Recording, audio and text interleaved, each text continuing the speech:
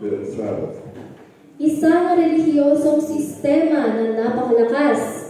Ngunit inaalok nito sa mundo ang kaligtasan sa pamamagitan ng gawa.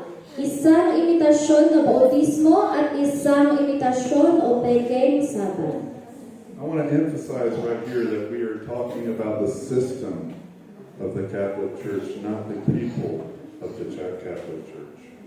Ayan, so ating bibigyan diin ang sistema at hindi ang mga tao. So when looking for the mark of the beast, you're looking for the mark of the Vatican City. Kaya kapag hinahanap natin ang tanda ng halimaw, hinahanap natin ang tanda ng Vatican City. Because the last day issue is worship. You can expect the mark of the beast to be religious in nature.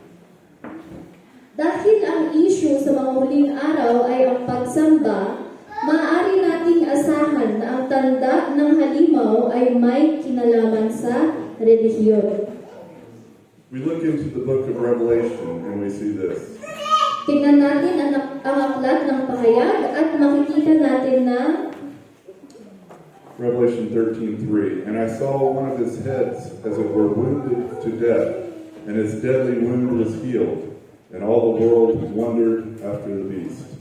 sa Revelation 13 verse 3, at nakita ko ang isa sa kanyang mga ulo na parabang nasugatan ng malubha. Ngunit ang kanyang nakamamatay na sugat ay gumaling, at namangha ang buong mundo sa halimaw. And they worshipped the dragon which gave power unto the beast, and they worshipped the beast, saying, Who is like unto the beast? Who is able to make war with him?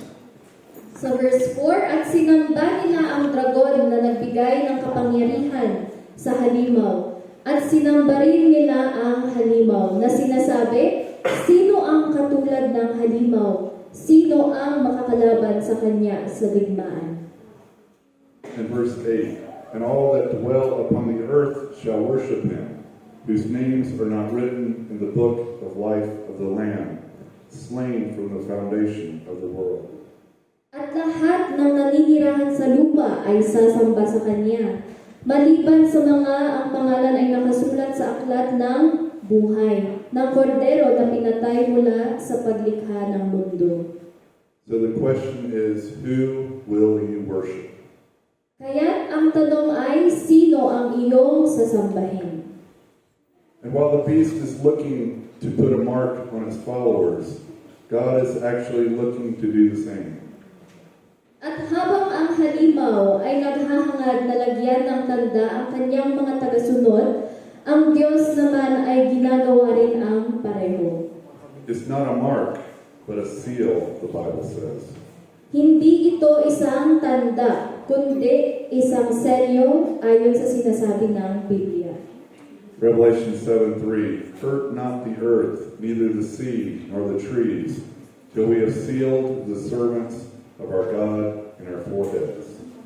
Ayon sa Pahayag 7 verse 3, huwag ninyong saktan ang lupa, ni ang dagat, ni ang mga puno, hanggang sa masaluhan namin ang mga lingkod ng ating Diyos sa kanilang mga noo. In the forehead?